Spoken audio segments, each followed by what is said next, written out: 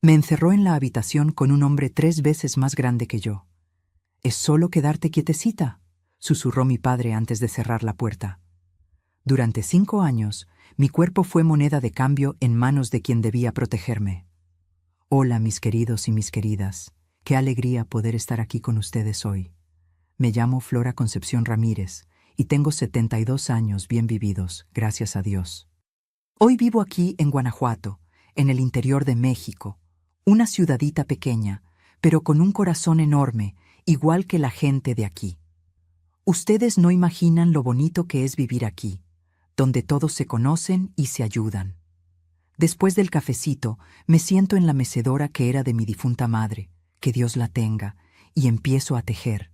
Ya hice tantas servilletas, bufandas y gorros que ni sé contarlos. Empecé a tejer cuando tenía unos 60 años, ¿saben? Fue mi nietecita Juliana quien me enseñó. Imagínense nomás, la nieta enseñándole a la abuela. El mundo da tantas vueltas, ¿verdad? Ella llegó un día a mi casa con las agujas y unos ovillos coloridos. «Abuelita, voy a enseñarte algo que te va a ayudar a calmar los nervios», me dijo. Al principio, mis manos temblorosas apenas podían sostener las agujas, pero con su paciencia y mi terquedad acabé aprendiendo. Y hoy, esas agujas y hilos son mis compañeras fieles. Cuando mis deditos ya están cansados de tanto tejer, voy a la cocina a preparar alguna cosita. Hoy mismo hice unas quesadillas con queso fresco, que son una delicia. La receta vino de mi abuela, que era hija de indígenas de aquí de la región. En aquella época no había tantas modernidades, no. Todo lo hacíamos en el fogón de leña, con paciencia y cariño. Mi casita es sencilla, pero es mi rinconcito de paz. Tengo un portalito donde puse unas sillas y una mesita. Ahí recibo a las vecinas para platicar y tomar un café. Doña Lupe siempre trae tortillas recién hechas y doña Carmen cuenta las novedades del pueblo. Así vamos viviendo día tras día, compartiendo alegrías y tristezas. Por las tardecitas, cuando el sol ya se está poniendo, mis nietos llegan de la escuela. Tengo 3. Juliana de 15, Gabriel de 12 y la pequeña Mariana de 8 añitos. Ellos llenan la casa de vida con sus risas y juegos. Les ayudo con las tareas de la escuela, les cuento historias de antes y ellos me enseñan a usar estas tecnologías modernas. Fue Gabriel quien me enseñó a grabar estos videos para platicar con ustedes. Y antes de continuar mi historia, quería hacerles un pedido especial a ustedes que me están viendo. Si les gusta lo que están escuchando, por favor, dejen su like y suscríbanse al canal. Esto ayuda mucho a esta abuelita a seguir contando sus historias. Y cuéntenme aquí, en los comentarios de qué pueblito me están viendo y a qué horita del día encontraron este video. ¿De mañanita con el café, después de la comida o ya de nochecita? Yo siempre leo todos los comentarios y me pone muy contenta saber de dónde son ustedes y cuándo sacan un tiempecito del día para escuchar las historias de esta abuelita. Cuéntenme, ¿eh? Vamos a crear una cadena de cariño. Pero hoy no vine solo a hablar de mis plantitas y de mis nietecitos, no. Vine a contar una historia que guardé por muchos años, bien escondida en el fondo del corazón. Una historia de dolor, pero también de superación. Porque, mis queridos, la vida no siempre fue color de rosa como lo es hoy. Hubo un tiempo en que viví una pesadilla en manos de quien debería protegerme, mi propio padre. Nací en Dolores Hidalgo, cerquita del río Laja, en el interior de Guanajuato. Era un pueblito tranquilo, donde todos se conocían y las noticias corrían más rápido que las aguas del río. Nuestra casa era sencilla, de adobe con techo de palma, pero mi madre, Guadalupe, dejaba todo tan arregladito que parecía un palacio. Ella era una mujer fuerte, de manos gruesas de tanto trabajar, pero con una sonrisa que iluminaba el mundo entero. Mi padre, Eduardo, trabajaba como pescador y vendía el pescado en el mercado del pueblo. Era un hombre alto, de hombros anchos, con una risa que hacía temblar las paredes, pero que tenía una mirada que cambiaba como el tiempo. Éramos una familia grande. Además de mí, la más pequeña, tenía a mis 4 hermanos mayores. Gustavo, el mayor, que desde chico ayudaba a papá en la pesca. Después venía Esperanza, que tenía un don especial con las plantas. Ignacio, que era calladito y vivía con la cabeza metida en los libros que la maestra le prestaba. Y Olivia, que tenía unos 3 años más que yo y era mi compañera a todas horas. Nuestra casa quedaba en la parte más alejada de Dolores Hidalgo, casi a la orilla del río. Era una casa pequeña, pero el patio era enorme. Tenía árboles de mango, de guayaba y hasta unas gallinas que mamá criaba. El piso era de tierra y cuando llovía se formaba un lodo que aprovechábamos para hacer muñequitos. Las paredes eran de adobe, esa mezcla de barro con paja que nosotros mismos ayudábamos a preparar. Nuestra cocina tenía un fogón de leña que mamá encendía bien tempranito. El olor del café colándose en esos coladores de tela llenaba toda la casa. No teníamos baño dentro de casa, no. Era una casita de madera allá en el fondo del patio. Y cuando llovía era una tristeza tener que ir hasta allá. Nos bañábamos con agua del pozo que papá sacaba con una cuerda y un balde. En invierno era aquella agua helada que te erizaba todo el cuerpo, pero ni nos importaba. Era todo muy natural para nosotros. Mi infancia, hasta los 8 años, fue como la de cualquier niña del interior en aquella época. Me despertaba con el canto del gallo, ayudaba a mamá a barrer el patio y a alimentar a las gallinas. Después iba a la escuela, que era solo un saloncito donde la maestra Soledad enseñaba a todos los niños juntos, sin importar la edad. Recuerdo hasta hoy el olorcito del gis y de la cartilla amarillenta que usábamos para aprender las primeras letras. Después de la escuela era hora de jugar. Inventábamos cada juego.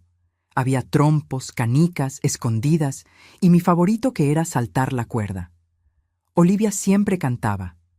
Un hombre tocó a mi puerta y yo le abrí.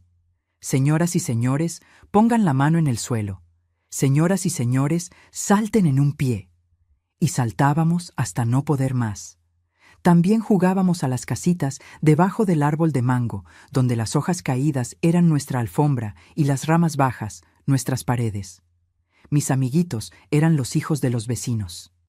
Estaba Isabel, que tenía mi edad, Roberto, que era un poco mayor y sabía hacer papalotes mejor que cualquier niño, y Rosita, que era la más animada de todas y siempre inventaba los juegos más divertidos.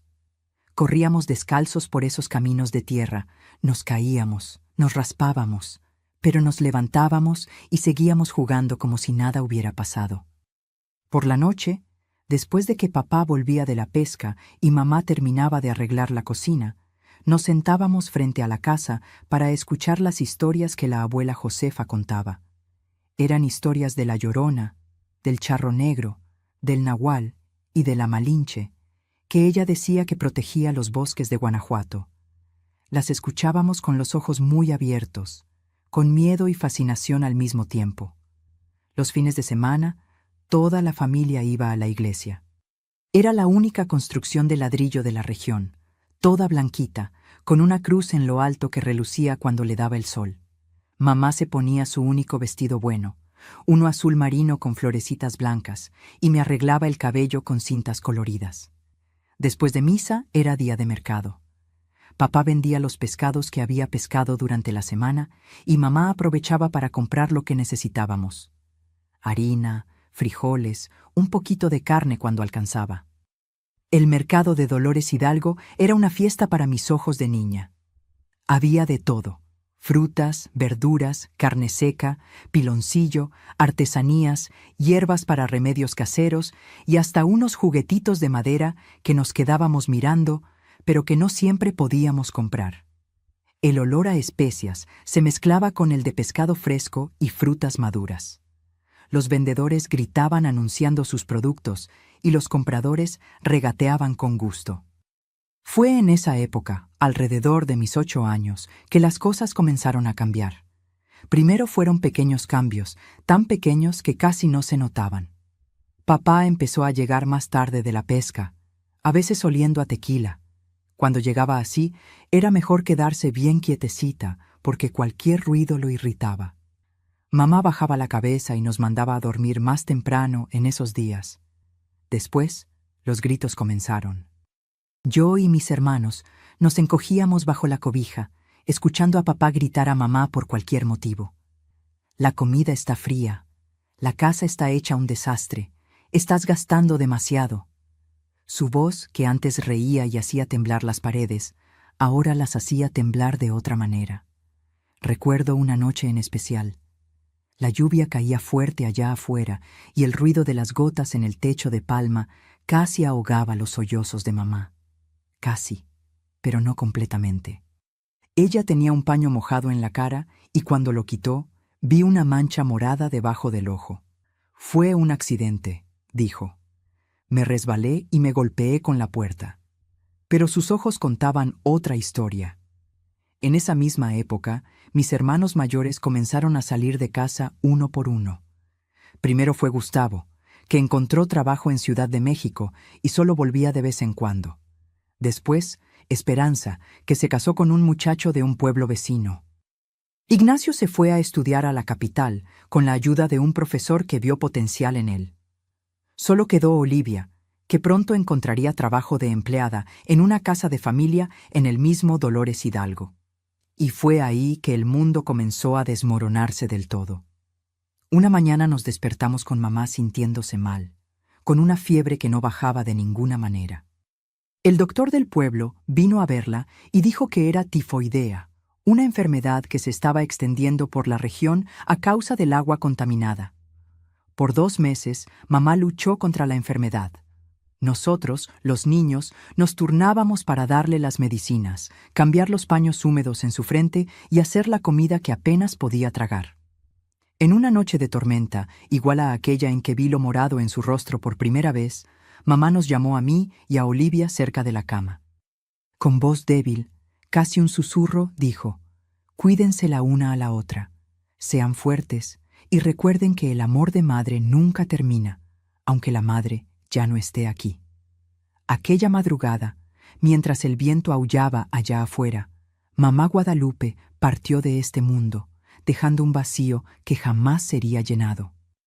Y fue así, a los 10 años, que me vi sin el abrazo calientito y protector de mi madre, teniendo que enfrentar un mundo que, como pronto descubriría, podía ser mucho más aterrador que las historias de la Llorona que la abuela Josefa contaba. Después de que mamá se fue, la casa quedó diferente. El olor del café fresquito por la mañana fue sustituido por un silencio pesado. Las flores del jardín que ella tanto cuidaba comenzaron a marchitarse. Era como si el alma de nuestra casita se hubiera ido con ella. Durante algunas semanas, papá estuvo más callado. No gritaba, no bebía, solo miraba al vacío con aquellos ojos vacíos. Olivia, con sus 13 años, trataba de hacer el papel de mujer de la casa, pero todavía era una niña también. Yo intentaba ayudar como podía, lavando los trastes, barriendo el piso, alimentando a las gallinas, pero nada era como antes. Fue un sábado de mercado que noté el primer cambio. Papá volvió más temprano de lo normal, cargando una bolsa con comida, cosa que nunca hacía antes. «Me las arreglé para que mejoremos de vida», dijo, poniendo en la mesa un pedazo de carne que hacía mucho tiempo no veíamos. Olivia y yo nos miramos sin entender bien. Ese mismo día, después de la cena, él llamó a Olivia para una conversación a solas. Yo me quedé en la cocina fingiendo que limpiaba las ollas, pero aguzando el oído para tratar de escuchar. Solo logré captar algunas palabras sueltas: familia respetable, oportunidad, empleada, buen salario. Cuando Olivia volvió, tenía los ojos llorosos, pero una sonrisa débil en los labios. «Voy a trabajar en la casa de don Hernández», me contó más tarde, cuando estábamos acostadas en nuestro colchón de paja, compartiendo la misma cobija remendada. Papá dice que es una oportunidad de aprender a ser una muchacha decente y todavía ganar un dinerito para ayudar en casa. 2 semanas después, una mañana de domingo, vi a mi hermana partir con un bultico de ropa bajo el brazo. Papá la acompañó hasta la casa del tal don Hernández, que quedaba en la parte rica de Dolores Hidalgo, donde las casas tenían ventanas de vidrio y portones de hierro. Corrí tras ellos hasta un pedazo del camino, pero papá me mandó volver a casa. Solo tuve tiempo de abrazar a Olivia y prometerle que iría a visitarla todos los domingos. Y así me quedé, sola con papá en aquella casa, que se volvía más grande y más silenciosa cada día. Al principio, él todavía iba a pescar todos los días y yo cuidaba de la casa, como había aprendido con mamá. Pero pronto la rutina cambió. Papá comenzó a faltar a la pesca, diciendo que estaba cansado o que el tiempo no estaba bueno. Iba más y más a la cantina del Señor Jesús, donde los hombres se juntaban para beber tequila y jugar cartas. Cuando volvía, ya de noche, se tambaleaba por el camino y gritaba pidiendo comida caliente. Si no había, la culpa era mía. Inútil, ni para eso sirves, vociferaba, golpeando con la mano en la mesa. Yo temblaba como una hoja, pero no lloraba delante de él. Lloraba después, escondida bajo la cobija, abrazando la almohada, que todavía guardaba un poquito del olor de mamá. El domingo siguiente, como prometido, fui a visitar a Olivia. Pero cuando llegué a la casa grande de don Hernández, su mujer, doña Carmela, una señora flaca de nariz empinada, me dijo que Olivia estaba demasiado ocupada para recibir visitas. «Vuelve otro día», dijo, cerrando el portón en mi cara. Volví el domingo siguiente y el otro, siempre recibiendo la misma respuesta. Hasta que un día doña Carmela ni siquiera abrió el portón, solo gritó desde dentro de la casa. «Ya te dije que no puedes recibir visitas. No vuelvas más». Pasaron 3 meses sin noticias de mi hermana. 3 meses en que la situación en casa solo empeoraba. El dinero de la pesca, que ya era poco, se fue haciendo cada vez más raro. Las cuentas empezaron a acumularse. El arroz se acabó, después los frijoles. Llegué a pasar días comiendo solo tortillas con un poquito de sal. Fue en una de esas noches en que el estómago me rugía tanto que no podía dormir, cuando escuché la puerta del frente abrirse. Era bastante tarde y pensé que sería papá volviendo de la cantina, pero escuché voces diferentes, de hombres que no conocía. Me quedé quietecita en mi cama con el corazón latiendo fuerte. «¿Así que es aquí donde vives, Eduardo?», preguntó una voz gruesa. «Lugar humilde, ¿eh?». «Es lo que se puede tener», respondió papá con aquella voz arrastrada de cuando estaba borracho. «¡Pero entren, entren!». Los hombres entraron en la sala que estaba separada del cuarto solo por una cortina vieja. Eran 3 además de mi padre. Por el agujerito de la cortina pude ver que todos tenían vasos en la mano. «¿Y dónde está esa hija de la que tanto hablas?», preguntó otro hombre más bajo y barrigón. «Estoy curioso por conocerla». «Flora, ven aquí», gritó papá. Todo mi cuerpo se heló. No quería salir de aquella cama, pero sabía que era peor desobedecer. Me puse mi único vestido decente, que ya estaba demasiado corto, y salí de detrás de la cortina. 4 pares de ojos me miraron de arriba abajo y sentí un escalofrío recorrer mi espalda. «¿Es esta?», preguntó el tercer hombre, más viejo que los otros, con cabellos canosos en las sienes. «Pero si es solo una niña». «Va a cumplir 11 años el mes que viene», respondió papá, poniendo la mano en mi hombro con fuerza. «Pero ya sabe cocinar, lavar, planchar, hace todo el trabajo de la casa». Fue entonces que entendí lo que estaba sucediendo. Como Olivia, yo también estaba siendo ofrecida para trabajar como empleada. Sentí una mezcla de alivio y miedo. Alivio por salir de aquella casa que solo traía recuerdos tristes ahora. Miedo por no saber lo que me esperaba. «Bueno», dijo el hombre barrigón, rascándose el mentón. «Mi mujer anda necesitando ayuda con los niños pequeños. ¿Cuánto estás pidiendo, Eduardo?». Fue como si un balde de agua fría me cayera encima. Papá no estaba solamente buscándome un empleo, me estaba vendiendo. «Para usted, que es mi amigo, lo hago por 300 pesos. Es una ganga, considerando que va a trabajar para siempre y no necesita pagarle salario, solo comida y un rinconcito para dormir». Los hombres empezaron a discutir precios, como si yo fuera una gallina en el mercado. Sentí las lágrimas quemándome en los ojos, pero no dejé que cayeran. Pensé en Olivia, en lo que le habría pasado. ¿Será que también había sido vendida así? ¿O será que realmente estaba trabajando como empleada, recibiendo un salario, como papá dijo? 500 pesos y se viene conmigo hoy mismo, dijo el hombre más viejo, sacando un fajo de dinero del bolsillo. Mi hacienda en San Miguel de Allende está necesitando una manita más en la cocina. Trato hecho, respondió papá, tomando el dinero con avidez. Ve a arreglar tus cosas, niña. Te vas con don Ricardo ahora. Con las piernas tambaleantes, volví al cuarto y junté lo poco que tenía. 2 mudas de ropa, un peine roto y una estampita de la Virgen de Guadalupe que mamá me dio. Lo puse todo en un costal de yute y volví a la sala. Listo, puede llevársela, dijo papá, ya guardando el dinero en el bolsillo del pantalón.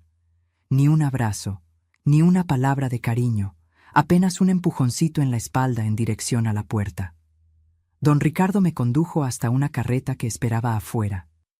«Súbete ahí atrás», ordenó, señalando la parte de atrás, donde había sacos de harina y otros víveres. Obedecí en silencio, sentándome sobre uno de los sacos, abrazando mi bulto contra el pecho. Mientras la carreta se alejaba, miré hacia atrás una última vez. Papá estaba en la puerta contando el dinero a la luz del quinqué. No me miró, no hizo un gesto, no mostró ninguna señal de que estaba mandando lejos a su última hija. En ese momento, supe que estaba sola en el mundo. El viaje a San Miguel de Allende duró toda la noche. Encogida entre los sacos, balanceándome con los sacudones de la carreta en los caminos de tierra, traté de no pensar en lo que me esperaba. Intenté recordar las historias que la abuela Josefa contaba, los juegos con Olivia, la sonrisa de mamá, pero el miedo era más fuerte que los recuerdos. Cuando llegamos, ya amanecía. La hacienda de don Ricardo era enorme, con una casa principal de 2 pisos, blanca, con ventanas azules y varias construcciones menores esparcidas alrededor. Fui llevada directamente a la cocina, donde una mujer morena, de cabellos grises y manos callosas, me recibió con una mirada de pena. «Esta es Flora», dijo don Ricardo. «Enséñale el trabajo, Juana, y recuerda que no quiero ver a nadie holgazaneando por aquí». Juana asintió con la cabeza y esperó a que él saliera para acercarse a mí. «¿Cuántos años tienes, niña?», preguntó con una voz sorprendentemente amable. «Voy a cumplir 11», respondí todavía abrazada a mi bulto, como si pudiera protegerme.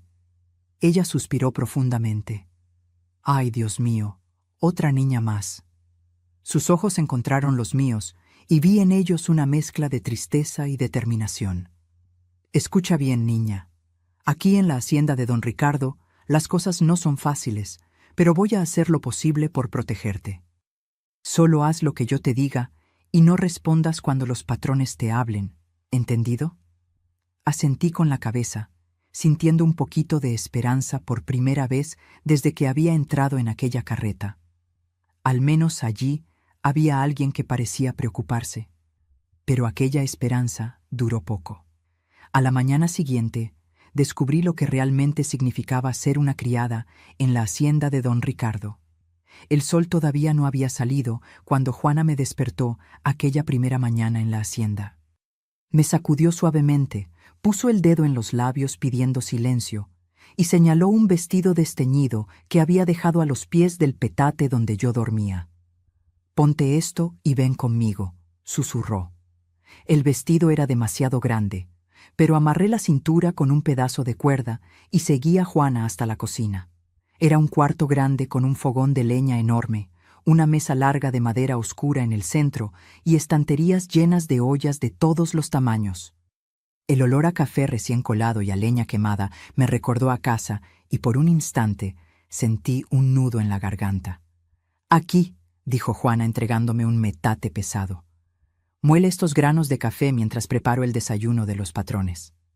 Me senté en un banquito bajo y comencé a trabajar. El metate era pesado para mis brazos flacos y pronto mis manos comenzaron a arder. Pero continué, observando a Juana moverse por la cocina con la agilidad de quien conoce cada rincón. Ella amasaba la masa de las tortillas, cortaba frutas, batía huevos y todavía encontraba tiempo para lanzarme miradas alentadoras. Cuando el sol finalmente apareció, la mesa de la cocina ya estaba puesta para los trabajadores de la hacienda y una bandeja con el desayuno de los patrones esperaba para ser llevada a la casa grande. Juana me dio un pedazo de tortilla y una taza de café con leche. «Come rápido», dijo. Después hay que lavar todos los trastes.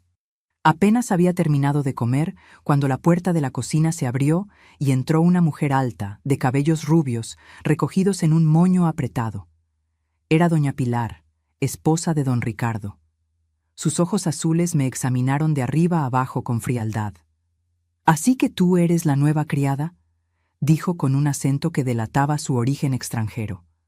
«Juana, después de que termine aquí, mándala a la casa grande. Quiero ver si sirve para algo más que la cocina». Después de que ella salió, Juana se acercó a mí. «Ten cuidado con doña Pilar», susurró. «No tiene paciencia con nadie, mucho menos con niños». Cuando terminé de lavar la montaña de trastes, con las manos arrugadas de tanto estar en el agua, Juana me dio instrucciones sobre cómo llegar a la casa grande. «No mires directamente a los patrones. No hables a menos que te pregunten algo y no toques nada sin permiso», aconsejó. La casa grande era un mundo diferente de la cocina. El suelo era de baldosas coloridas. Las paredes tenían papel tapiz con diseños de flores, y los muebles eran de madera tallada que brillaba como si acabara de ser pulida. Encontré a doña Pilar en la sala, sentada en un sillón bordado, hojeando una revista. «Ah, finalmente», dijo ella, cerrando la revista. «Ven acá». Me acerqué, manteniendo los ojos bajos, como Juana me había enseñado. «Mírame», ordenó. Cuando levanté la mirada, ella sujetó mi barbilla con dedos finos y fríos. Al menos parece limpia». «¿Sabes leer un poco, niña?» «Sí, señora», respondí, recordando las lecciones de la maestra Soledad. «Excelente, vas a limpiar la biblioteca. Cada libro debe ser sacado del estante, desempolvado y colocado exactamente en el mismo lugar. ¿Entendiste?» Pasé el día entero en la biblioteca, subiendo y bajando por una escalera de madera, sacando libros polvorientos de los estantes altos.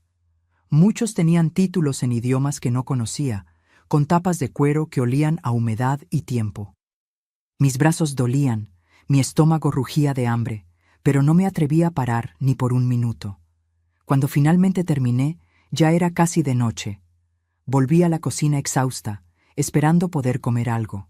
Juana me sirvió un plato de frijoles con tortilla y un pedazo pequeño de carne seca. «¿Cómo te fue allá?», preguntó mientras yo devoraba la comida. «Cansado», respondí, «pero creo que la señora quedó satisfecha». Juana sacudió la cabeza. «No te engañes, niña.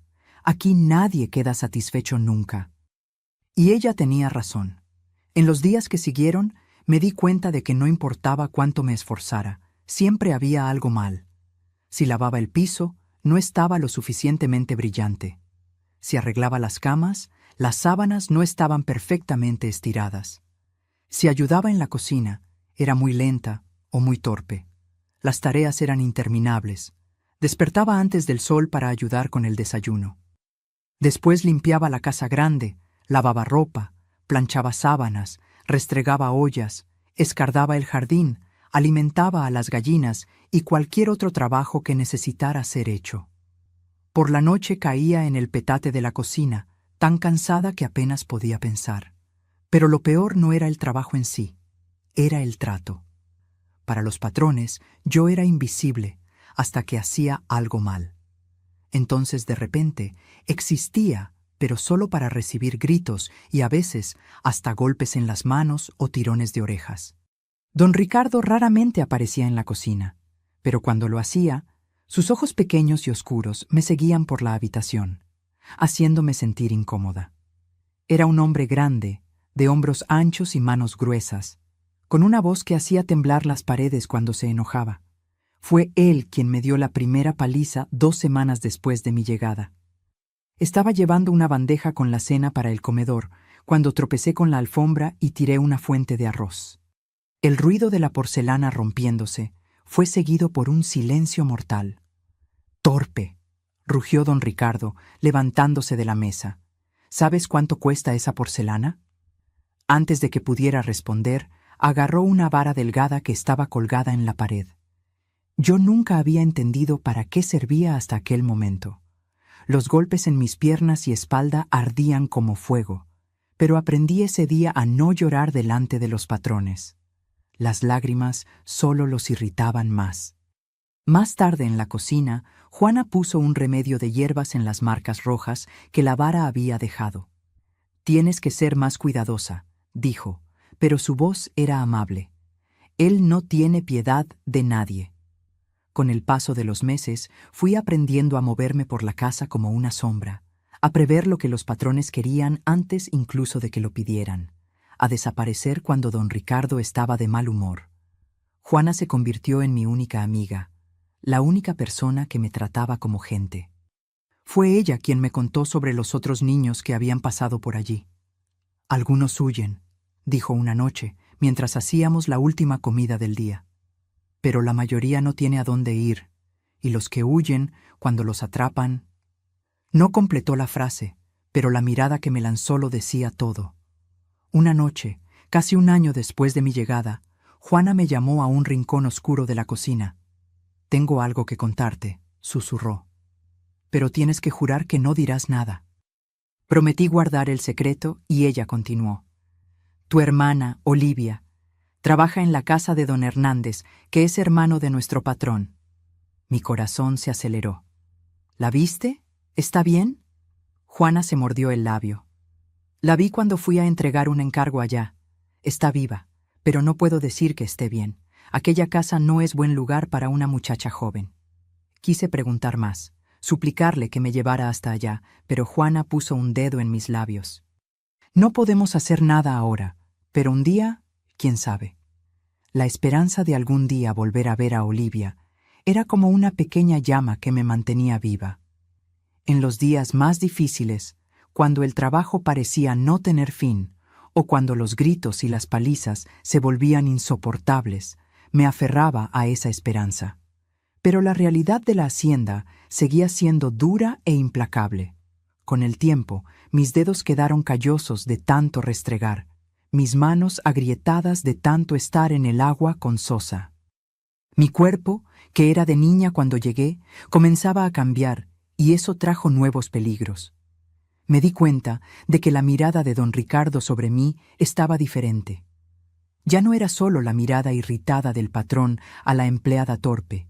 Era algo más, algo que me hacía querer esconderme cuando él estaba cerca. Juana también lo notó. «No te quedes sola con él», me advirtió cierta vez después de sorprender al patrón observándome mientras barría el porche. «Y si te llama para ir a su despacho por la noche, di que estás enferma, que tienes fiebre, cualquier cosa». Yo no entendía completamente lo que ella quería decir, pero sentía que era algo grave. El miedo pasó a ser mi compañero constante. Miedo a don Ricardo, miedo a doña Pilar, miedo a nunca más ver a Olivia, miedo a pasar el resto de mi vida en aquella hacienda. El tiempo pasaba lentamente, marcado por las estaciones. La época de cosecha, cuando el trabajo se duplicaba. La época de lluvias, cuando las goteras en el techo de la cocina no nos dejaban dormir. La época de fiestas, cuando la casa se llenaba de invitados y teníamos que trabajar día y noche para dar abasto a todo. En una de esas fiestas, poco antes de mi cumpleaños número 12, ocurrió algo que lo cambiaría todo. La hacienda estaba llena de hacendados y sus esposas, todos vestidos con sus mejores ropas. Yo y otras 2 niñas, que habían sido traídas recientemente, Catalina y Matilde, servíamos bebidas y aperitivos, intentando ser invisibles como nos habían enseñado. Fue cuando vi un rostro conocido entre los invitados. Era don Hernández, el mismo que se había llevado a Olivia. Mi corazón se aceleró. Si él estaba allí, ¿sería posible que...? Y entonces la vi, entrando en el salón justo detrás de él, cargando una bandeja de dulces. Era Olivia, pero ya no era la niña que yo recordaba. A los 15 años parecía mucho mayor. Su rostro había perdido la suavidad de la infancia. Sus ojos parecían opacos, sin vida. Cuando nuestras miradas se cruzaron, vi un destello de reconocimiento seguido por un gesto casi imperceptible, un pequeño movimiento de cabeza, como si dijera, «No muestres que me conoces». Obedecí, continuando mi trabajo como si nada hubiera pasado, pero por dentro mi corazón latía tan fuerte que pensé que todos podrían oírlo. Mi hermana estaba viva. Estaba allí a pocos metros de mí.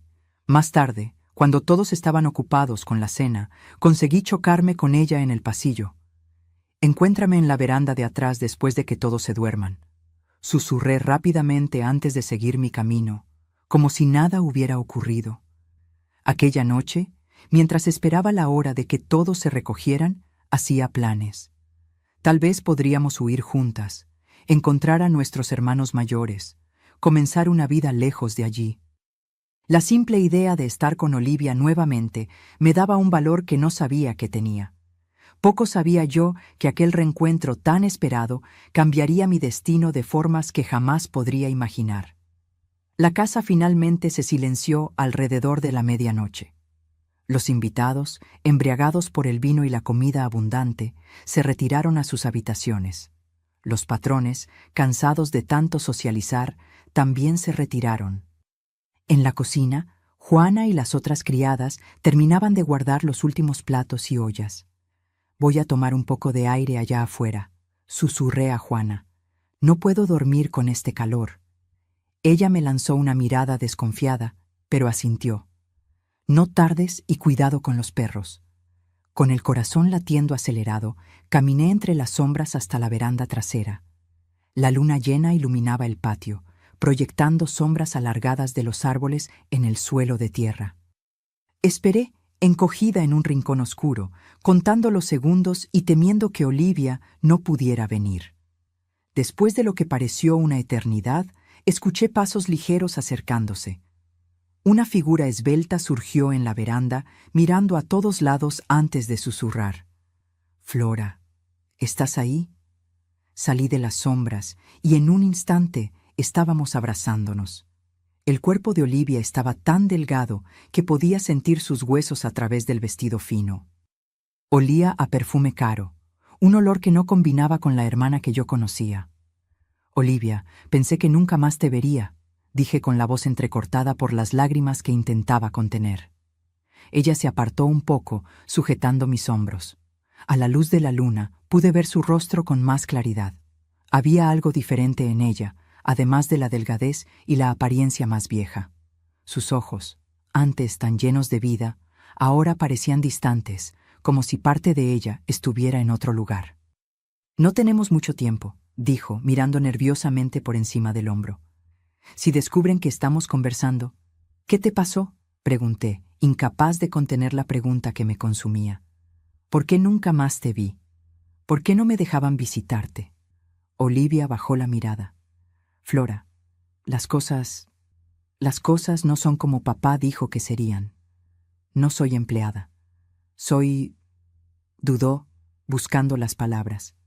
«Soy propiedad de don Hernández, como tú lo eres de don Ricardo». Incluso con mis casi 12 años entendí lo que quería decir.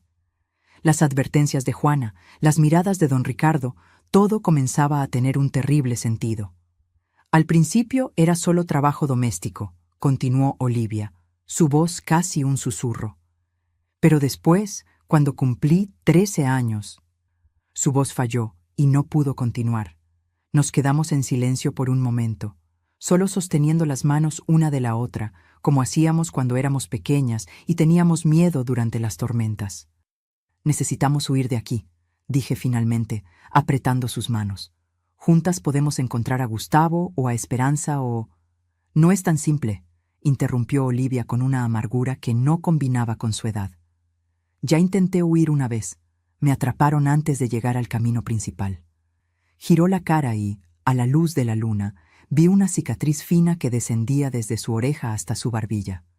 Fue el castigo por tratar de ser ingrata, como él dijo. Sentí un escalofrío recorrer mi espalda. «Pero no podemos quedarnos aquí para siempre. Don Ricardo, él me mira de una manera...» «Lo sé», dijo Olivia, y vi lágrimas brillando en sus ojos. «Es por eso que tenemos que ser astutas. No podemos simplemente correr. Necesitamos un plan». Asentí, sintiendo una mezcla de miedo y determinación creciendo dentro de mí. «¿Qué tipo de plan?». Olivia miró a los lados una vez más, asegurándose de que estábamos solas. «Hay un muchacho que trabaja en las tierras de don Hernández», Ramón. Él ha sido bueno conmigo. Me trae comida cuando estoy castigada. Me avisa cuando el patrón está de mal humor. Él dijo que conoce gente en Ciudad de México que puede ayudarnos. ¿Ciudad de México? ¿Está tan lejos? Pero es nuestra mejor oportunidad. Una ciudad grande donde podemos desaparecer. Y Gustavo está allá, ¿recuerdas? Si logramos llegar hasta él. La mención del nombre de nuestro hermano mayor trajo una pizca de esperanza. Gustavo siempre fue el fuerte, el protector. Si estuviéramos con él, estaríamos seguras. ¿Cómo haríamos eso?, pregunté, ya imaginando el viaje. Dentro de un mes habrá la fiesta de la Independencia. Los patrones van a la ciudad, a una casa del alcalde. Llevan solo algunos empleados. Yo ya me ofrecí para ir. Tú necesitas hacer lo mismo. Si estamos en la ciudad, será más fácil escapar. El plan parecía peligroso, casi imposible, pero la alternativa, quedarme en la hacienda, esperando que don Ricardo finalmente hiciera conmigo lo que temía, era impensable. Lo intentaré, prometí. Pero ¿y si no me eligen para ir? Entonces intentaremos otra cosa, respondió Olivia con una determinación que me recordó a mamá. Pero no voy a dejarte aquí, Flora, no después de finalmente encontrarte. Oímos un ruido viniendo de la casa y nos separamos rápidamente. Tengo que volver, susurró Olivia. Si doña Carmela se da cuenta de que salí de la habitación. Nos abrazamos una última vez fuertemente, como si quisiéramos absorber la presencia una de la otra para los días solitarios que vendrían. 1 mes, murmuró ella en mi oído. Aguanta firme 1 mes más. Y entonces se fue, desapareciendo en las sombras tan silenciosamente como había llegado. Me quedé allí algunos minutos más, sintiendo la brisa nocturna secar las lágrimas en mi rostro. 1 mes parecía al mismo tiempo tan cerca y tan lejos. Volví a la cocina con pasos ligeros, rezando para que Juana ya se hubiera ido a dormir. Pero ella estaba allí, sentada a la mesa con una vela encendida iluminando su rostro cansado. «¿La encontraste, verdad?», preguntó, sin preámbulos. Pensé en negar, pero la mirada de ella decía que sería inútil. Asentí con la cabeza. Estaba desconfiada cuando vi a la muchacha de don Hernández. La manera como se miraron tenía algo familiar. Ella suspiró profundamente. ¿Están planeando huir? No era una pregunta, pero confirmé de todas formas. Necesitamos salir de aquí, Juana. Tú sabes lo que va a pasar si me quedo. Ella extendió la mano y tocó mi rostro con suavidad. Lo sé, niña. Lo sé muy bien. Sus ojos, generalmente tan fuertes, parecían tristes ahora. He visto esta historia tantas veces. ¿Vas a delatarnos?, pregunté temiendo la respuesta. Juana sacudió la cabeza. No, pero necesito que entiendas el peligro. Si las atrapan... No completó la frase, pero no era necesario. La imagen de la cicatriz en el rostro de Olivia estaba vívida en mi mente. No tenemos elección, dije con una convicción que me sorprendió. Prefiero morir intentando que vivir así. Las palabras tan duras viniendo de una niña tan joven hicieron a Juana bajar la cabeza. Cuando la levantó de nuevo, había una resolución en su mirada. Voy a ayudarlas. En las semanas siguientes viví en un estado constante de nerviosismo. Cada vez que don Ricardo entraba en la cocina, yo temblaba. Cada vez que doña Pilar me llamaba, temía que de alguna forma hubiera descubierto nuestros planes. Para mi desesperación, a medida que la fiesta de la Independencia se acercaba, las miradas de don Ricardo se volvían más insistentes, más amenazadoras. Una noche, él me llamó a su despacho para servir tequila. Mientras llenaba su vaso, sentí su mano tocar mi pierna. Tiré la botella del susto y el tequila se derramó en su pantalón. La bofetada vino rápida, tomándome por sorpresa. «¡Torpe!», rugió él. «Esto va a salir de tu pellejo». Me encogí en el rincón esperando la golpiza, pero él solo se levantó, limpiándose el pantalón mojado. «Mañana», dijo con una voz que hizo helar mi sangre. «Mañana por la noche volverás aquí y limpiarás este desastre como es debido. ¿Entendido?». Salí corriendo en cuanto me despidió y corrí a la cocina, donde vomité toda la cena. Juana me encontró así, temblorosa y pálida. «¿Qué pasó?», preguntó ayudándome a levantarme. Entre sollozos conté lo que había ocurrido. «Mañana por la noche», repitió ella, el rostro sombrío. «Esto no es bueno, Flora. Nada bueno». «¿Qué hago?», pregunté desesperada. Juana se quedó en silencio por un largo momento, como si estuviera tomando una decisión difícil. «Vas a huir esta noche. Pero, ¿y Olivia? ¿El plan?» «No hay más tiempo para el plan», cortó ella. «Te ayudaré a llegar a la ciudad. De allá puedes mandar un mensaje a tu hermana, pero no puedes esperar más». Esa noche, mientras todos dormían, Juana me entregó un paquete pequeño. «Tiene comida para 2 días y un poco de dinero que junté. No es mucho, pero debe ayudar. Ven conmigo», supliqué, tomando sus manos callosas.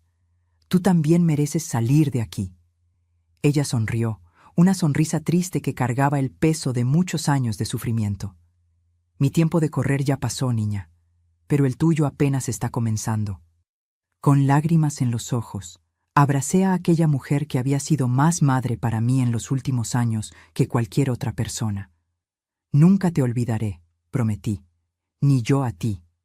Ve antes de que alguien se despierte». Salí por la puerta de atrás de la cocina, llevando solo el pequeño paquete de Juana y la esperanza de una vida mejor. La noche estaba oscura, sin luna, lo que era bueno para esconderme, pero malo para encontrar el camino. Siguiendo las instrucciones de Juana, mantuve el camino principal a distancia, caminando por el monte, guiada solo por las estrellas y por la fe de que Dios me miraba. Cada sonido me sobresaltaba. El ulular de un búho, el susurro de las hojas, el aullido distante de un perro. Imaginaba a los capataces de don Ricardo en mi búsqueda, los perros oliendo mi rastro. Pero seguí caminando, un pie delante del otro, repitiendo bajito el nombre de mis hermanos como un mantra de esperanza. Con la primera luz de la mañana, llegué a la orilla de un río, el mismo río Laja que bañaba mi ciudad natal, ahora mi ruta de escape. Allí, exhausta y con los pies sangrando, tuve que tomar una decisión: seguir por la orilla, arriesgándome a ser vista, o intentar cruzar, arriesgándome a ahogarme. Fue cuando escuché a lo lejos el ladrido de los perros. Los ladridos se hacían más fuertes a cada segundo. Miré hacia el río, sus aguas oscuras y revueltas, y sentí el miedo paralizarme. Nunca fui buena nadadora. Las pocas veces que había entrado en el Laja, había sido de la mano de Olivia o de Gustavo, en tramos poco profundos y tranquilos. Este era diferente, profundo y con corriente fuerte. «Dios mío, ayúdame», murmuré mientras los ladridos se acercaban. Fue entonces cuando divisé a algunos metros río abajo una pequeña canoa amarrada a un tronco caído. Parecía vieja y maltrecha, pero era mi única oportunidad. Corrí hacia ella, ignorando las espinas que arañaban mis piernas desnudas y las piedras que lastimaban mis pies descalzos. La canoa tenía un pequeño agujero, pero todavía flotaba. Con manos temblorosas, desaté la cuerda que la sujetaba al tronco. No había remo, solo un pedazo de madera que tal vez podría servir para dirigir la embarcación. Entré en la canoa que se balanceó peligrosamente, amenazando con volcarse. Me agarré a los bordes con fuerza, esperando que el balanceo pasara. Después usé el pedazo de madera para empujar la canoa lejos de la orilla. La corriente pronto me atrapó, llevándome río abajo mucho más rápido de lo que esperaba. Miré hacia atrás y vi en la orilla que acababa de dejar a 3 hombres con perros. Uno de ellos señaló en mi dirección, gritando algo que el viento se llevó. Vi a uno de los hombres entrar en el agua como si fuera a intentar nadar hasta mí, pero otro lo jaló de vuelta, gritando y gesticulando. La canoa giraba y se balanceaba en la corriente, y todo lo que podía hacer era agarrarme a los bordes y rezar. El agua entraba por el pequeño agujero en el fondo, mojando mi falda. El sol comenzaba a salir, lanzando una luz dorada sobre el río, volviendo todo aterradoramente visible. No sé decir cuánto tiempo estuve así, a merced de las aguas. Minutos u horas, era imposible precisar. El miedo y el agotamiento comenzaban a cobrar su precio y sentí mis ojos pesados incluso en medio del peligro. Fue un sacudón violento lo que me despertó. La canoa había golpeado una piedra y ahora giraba descontroladamente. A lo lejos, escuché el sonido que los ribereños más temían, el rugido de unos rápidos. El río Laja, generalmente tan manso, tenía sus tramos traicioneros y yo estaba siendo arrastrada hacia uno de ellos. «¡Ayúdame, Virgencita!», grité cuando la canoa comenzó a tomar velocidad, bajando por los rápidos. El agua salpicaba para todos lados, empapándome completamente. Un golpe particularmente fuerte casi me tiró de la canoa. Me agarré con toda la fuerza, los nudillos blancos de tensión. Y entonces, tan repentinamente como había comenzado, los rápidos terminaron. La canoa se deslizó hacia aguas más tranquilas, pero el alivio duró poco. El impacto en las rocas había agrandado el agujero y el agua entraba con más fuerza. Ahora la canoa comenzaba a hundirse. Miré alrededor, desesperada. La orilla derecha parecía intransitable, con barrancos empinados y vegetación densa. Pero a la izquierda vi una pequeña playa de arena seguida por un terreno más plano. Usando el pedazo de madera como remo improvisado, intenté dirigir la canoa hacia allá, pero estaba demasiado pesada con el agua que entraba. Cuando el agua ya llegaba a la altura de mis rodillas dentro de la canoa, tomé una decisión. Apretando el paquete de Juana contra el pecho, salté al agua. El choque del agua fría me quitó el aliento, y por un momento me hundí, tragando agua del río. Cuando emergí, tosiendo y jadeando, la corriente ya me llevaba lejos de la orilla. Intenté nadar, moviendo los brazos como había visto hacer a mis hermanos, pero el peso de la ropa mojada y del paquete me jalaba hacia abajo. La orilla parecía cada vez más distante y el agotamiento comenzaba a vencer. No voy a morir así, pensé. No después de todo lo que he pasado. Con un último esfuerzo, solté el paquete, sacrificando la comida y el dinero por la oportunidad de vivir, y nadé con toda la fuerza que me quedaba. La orilla se acercaba lentamente, cada brazada una pequeña victoria contra la muerte. Cuando mis pies finalmente tocaron el fondo, apenas podía creerlo. Me arrastré a la pequeña playa de arena, cayendo de rodillas en cuanto salí del agua. Me quedé allí tosiendo, temblando y llorando de alivio, pero no podía descansar por mucho tiempo. Los hombres de don Ricardo podían estar en cualquier lugar y yo estaba sola, empapada, sin comida y sin dinero.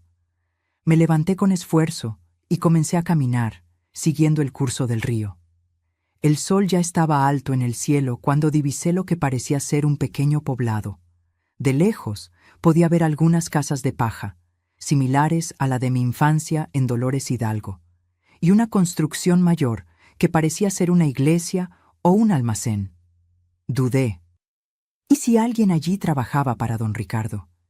¿Y si me entregaban? El hambre y el cansancio, sin embargo, hablaron más alto. Necesitaba ayuda o no sobreviviría mucho más tiempo. Me acerqué cautelosamente, tratando de parecer lo menos sospechosa posible, lo que era difícil considerando mi ropa mojada y mi apariencia desgreñada. Las primeras personas que vi fueron algunas mujeres tendiendo ropa en tendederos improvisados. Cuando me vieron, pararon lo que hacían, mirándome con asombro. «Buenos días», dije con la voz temblorosa. «Disculpen, me perdí». Una de las mujeres, mayor que las otras, se acercó a mí. Tenía cabellos grises, recogidos en un moño, y manos callosas como las de Juana. «Perdida es poco, niña», dijo, observando mi ropa empapada y los rasguños en mis brazos y piernas. «Pareces que escapaste del infierno». No respondí. No sabía cuánto podía contar, cuánto era seguro revelar. «Estás temblando», continuó. «Ven, vamos adentro.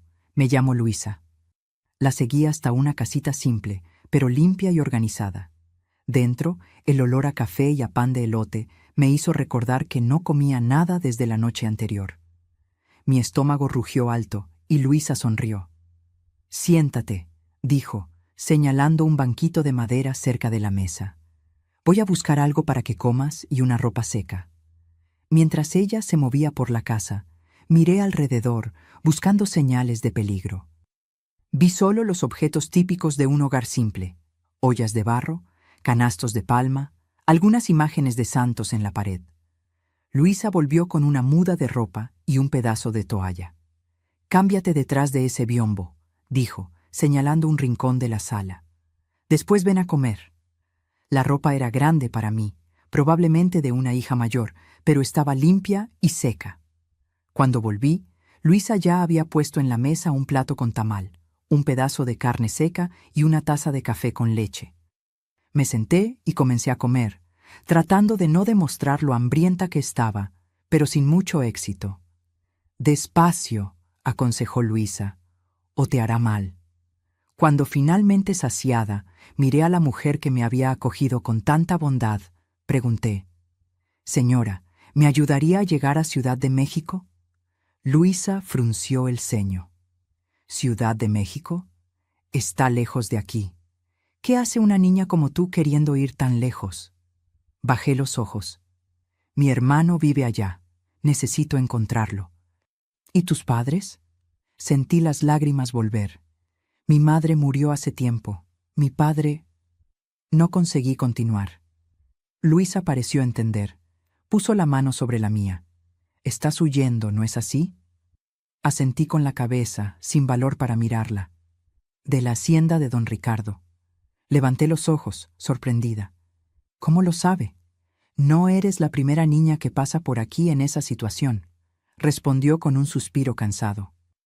«Este pueblo, San Miguel el Alto, queda entre las tierras de don Ricardo y la ciudad de Guanajuato. De vez en cuando aparece alguna criada huyendo». «¿Va a entregarme?», pregunté, ya calculando la distancia hasta la puerta. «No, niña, don Ricardo no tiene poder aquí.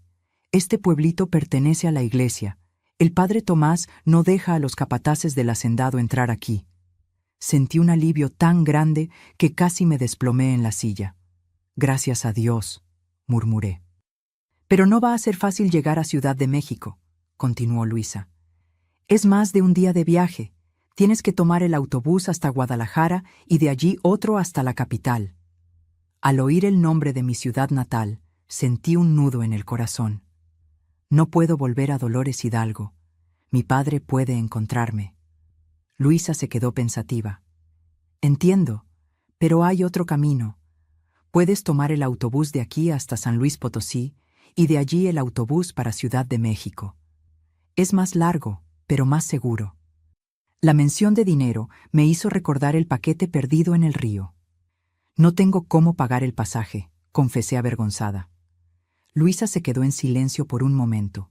Después se levantó y fue hasta un pequeño baúl en el rincón de la sala.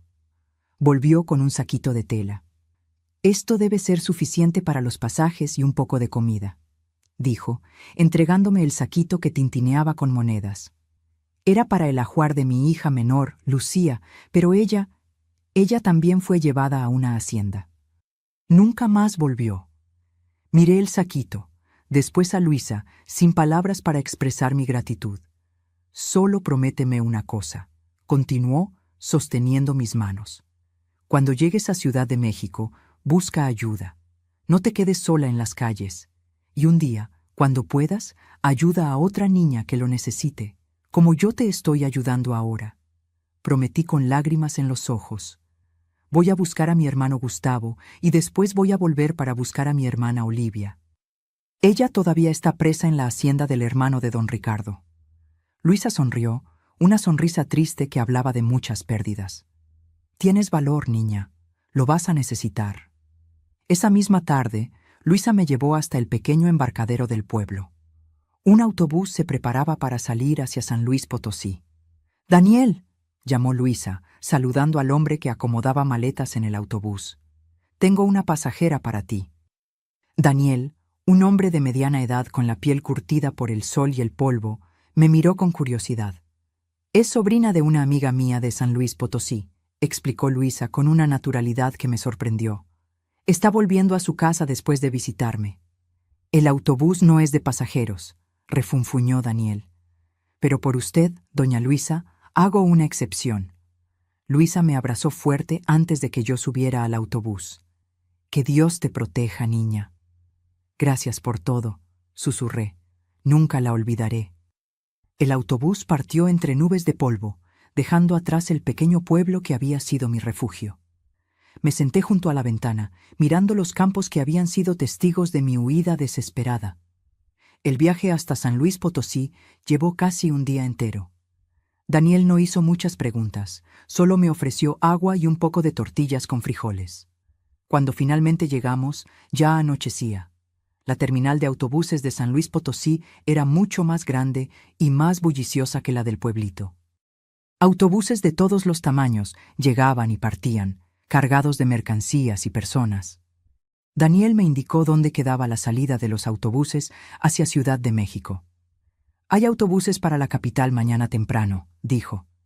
«Ten cuidado por ahí, niña». Pasé la noche en la terminal, acurrucada en un rincón, con miedo de cerrar los ojos y despertar de vuelta en la hacienda. Cuando anunciaron el primer autobús para Ciudad de México, compré mi pasaje y embarqué, todavía sin creer que realmente estaba escapando. El viaje fue largo por carreteras llenas de baches que hacían el autobús balancearse como una canoa en aguas turbulentas. Pero cada kilómetro me alejaba de don Ricardo y me acercaba a la libertad, y tal vez a Gustavo. Ciudad de México surgió en el horizonte como un espejismo. Nunca había visto una ciudad tan grande. Edificios que parecían tocar el cielo, calles anchas llenas de coches, personas apuradas para todos lados. Cuando bajé del autobús, me quedé parada, sin saber a dónde ir. «Oye, ¿estás perdida?», preguntó un niño de la calle que vendía chicles cerca de la terminal. «Estoy buscando a mi hermano», respondí. «Gustavo Ramírez, trabaja en una construcción». El niño hizo una mueca. «Hay un montón de construcciones en Ciudad de México. ¿Sabes en cuál?». No sabía. La última noticia que habíamos recibido de Gustavo había sido años atrás, cuando mandó a decir que estaba trabajando en una obra en Ciudad de México, pero dónde exactamente, nadie sabía. «Quizás en el mercado encuentres a alguien que lo conozca», sugirió el niño. «Hay gente de todas partes allá». Seguí su indicación y llegué al mercado central de Ciudad de México. Era una explosión de colores, sonidos y olores que me aturdió. Puestos vendían de todo: frutas, verduras, carnes, ropa, artesanías, hierbas. Los vendedores gritaban anunciando sus productos.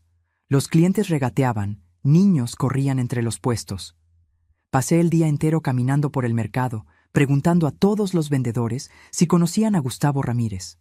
La mayoría solo sacudía la cabeza negativamente. Algunos hacían preguntas que no sabía responder.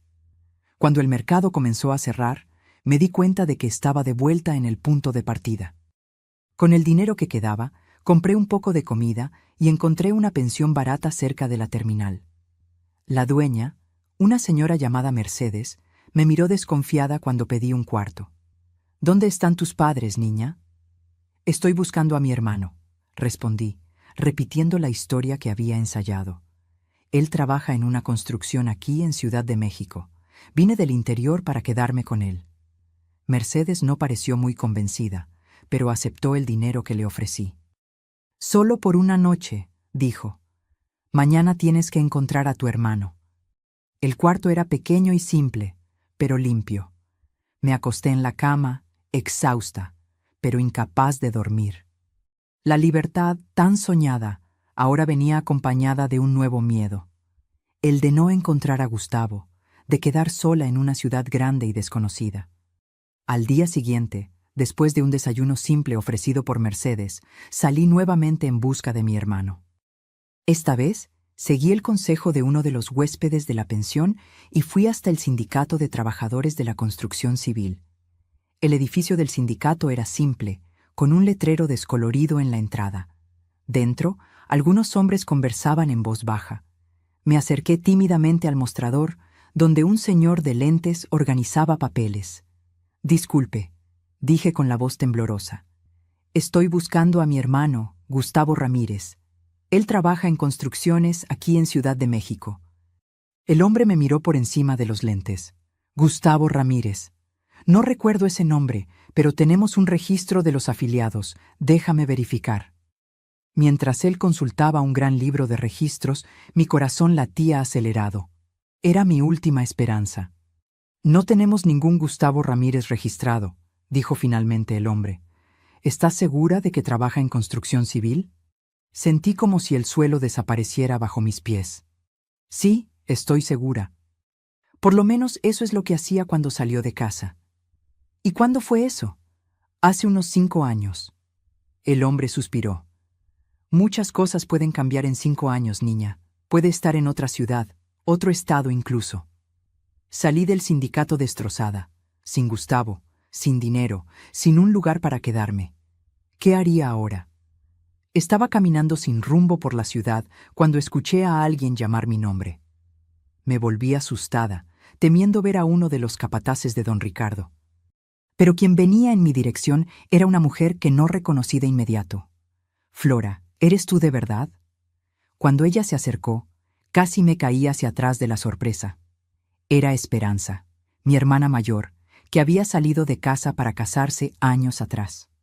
Estaba diferente, el cabello más corto, ropa de ciudad, pero era ella, sin duda.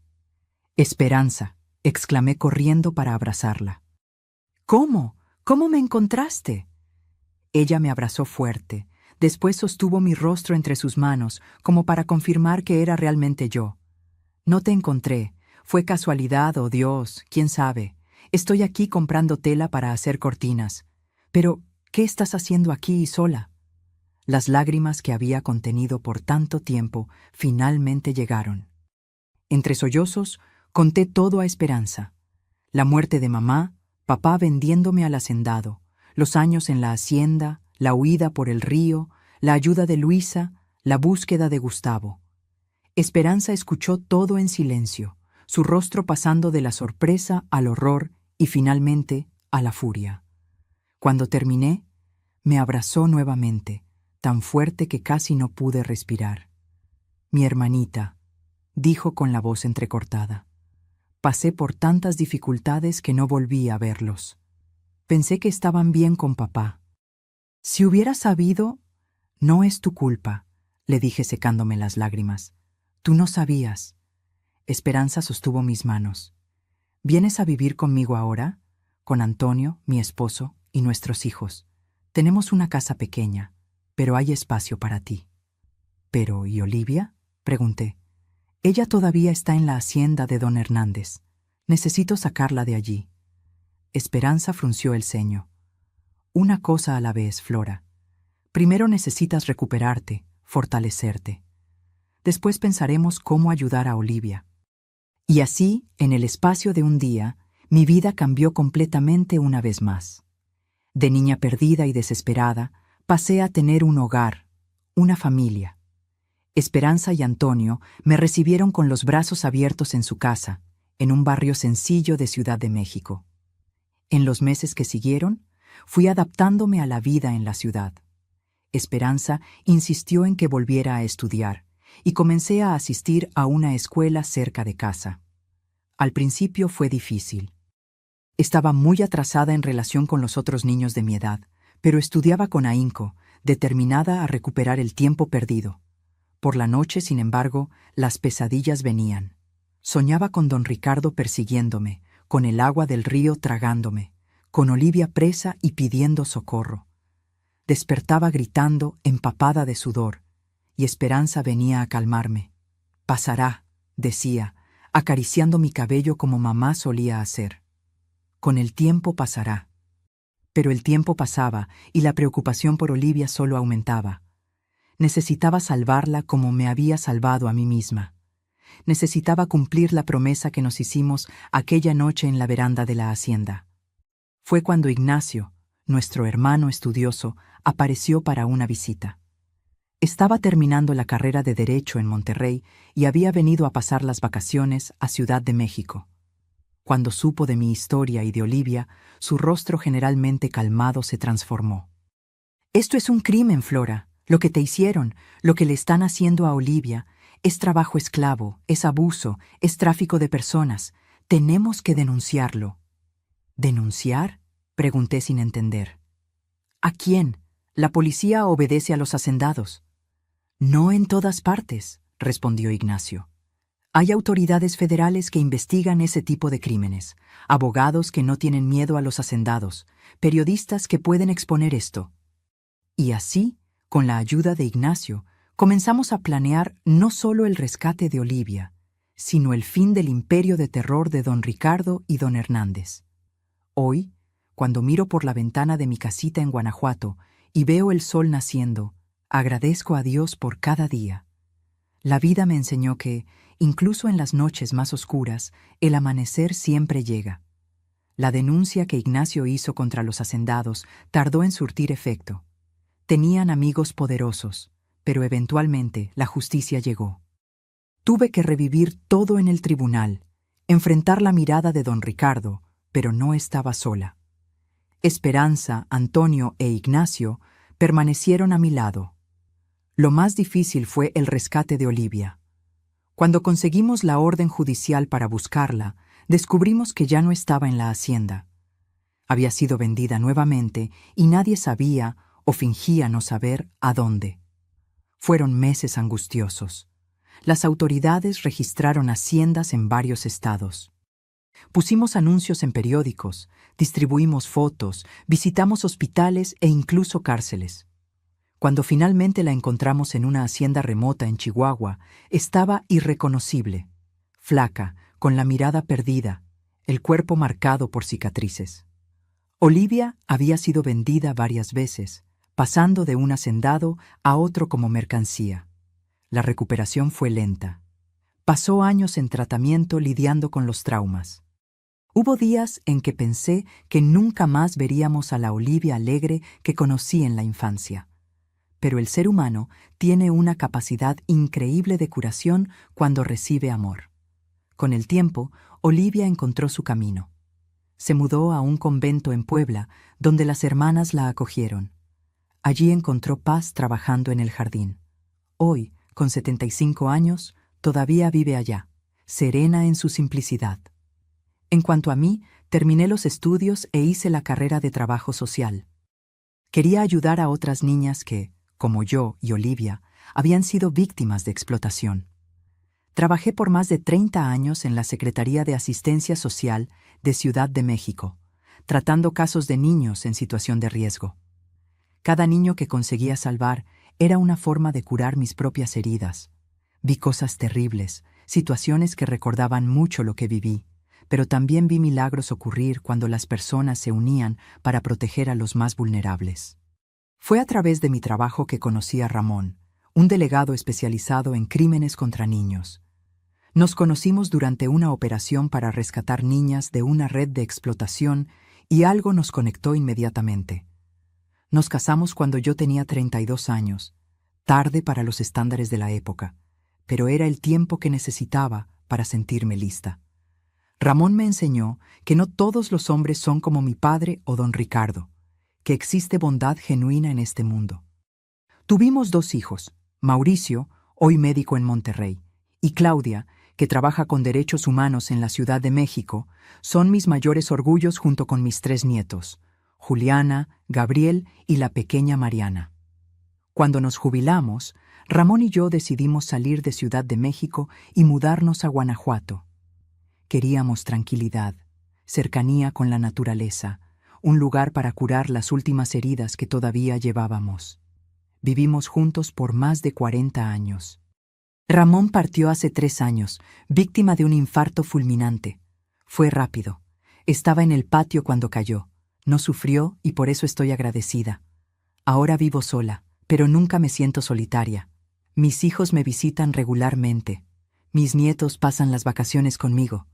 Mis vecinas Lupe y Carmen son compañeras de café y conversaciones. Lo que más me realiza hoy es poder compartir mi historia. Durante años, mantuve todo escondido, con vergüenza y miedo. Pero me di cuenta de que el silencio solo protege a los agresores. Cada vez que cuento lo que viví, siento que estoy extendiendo la mano a alguien que puede estar pasando por algo similar ahora. Trabajo como voluntaria en un centro de apoyo a víctimas de violencia aquí en Guanajuato. Las mujeres y niños que llegan allí, con los mismos ojos asustados que yo tenía, me reconocen como una igual. Cuando digo, yo sobreviví, tú también vas a sobrevivir, ellas creen porque saben que pasé por lo que están pasando.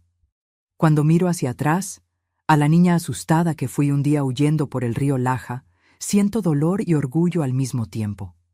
Dolor por lo que pasé, por lo que Olivia y tantas otras sufrieron. Orgullo por haber sobrevivido, por haber usado mi experiencia para ayudar a otros. La vida no me dio solo cicatrices, me dio propósito. Cada desafío que enfrenté me preparó para tender la mano a quien lo necesita. Cada lágrima que derramé me enseñó a secar las lágrimas de los otros con más compasión.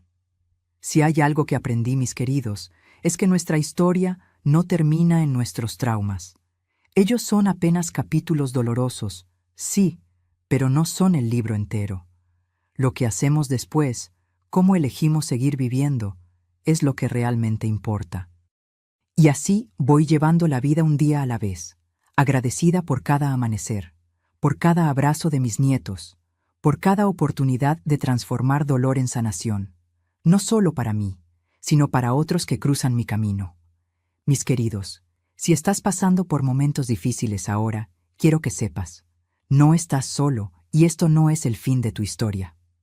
Cuando huí de la hacienda, pensaba que nunca más sería feliz, que las marcas que cargaba por dentro y por fuera me definirían para siempre. Estaba equivocada. Somos mucho más que nuestras peores experiencias. Lo que aprendí en la vida, y quiero compartir con ustedes, es que nuestra capacidad de recomenzar es mucho mayor de lo que imaginamos.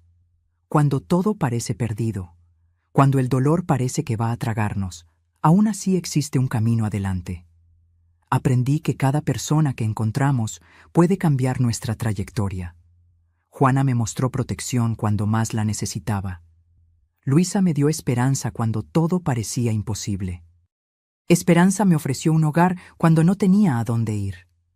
Nunca subestimes el poder de tender la mano a alguien que sufre. Literalmente puedes salvar una vida.